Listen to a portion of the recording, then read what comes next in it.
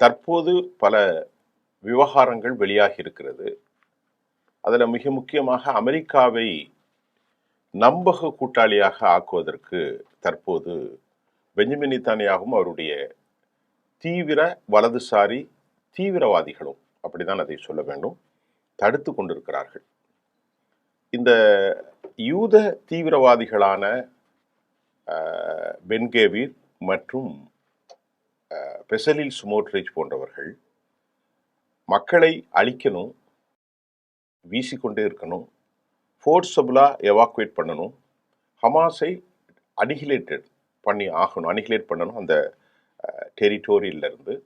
Without piece greater Israel இது promised land. அப்படி இல்லைன்னா நாங்கள் வித்ட்ரா பண்ணோம் ஆட்சிக்கு. பெஞ்சமின் நேதன்யாகு இப்போ அதுக்கு ஏற்றவாறு கலகம் செய்வதை அமெரிக்கா நன்கு உணர்ந்து கொண்டது. அரபுகள் உணர்ந்து கொண்டாலும் அரபுகள் பார்த்து கொண்டிருக்கிறார்கள்.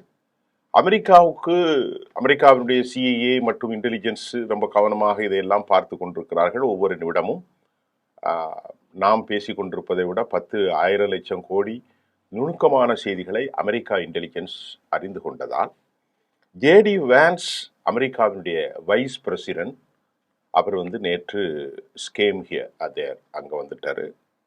அவர் எதற்கு வந்தார் என்று சொன்னால்,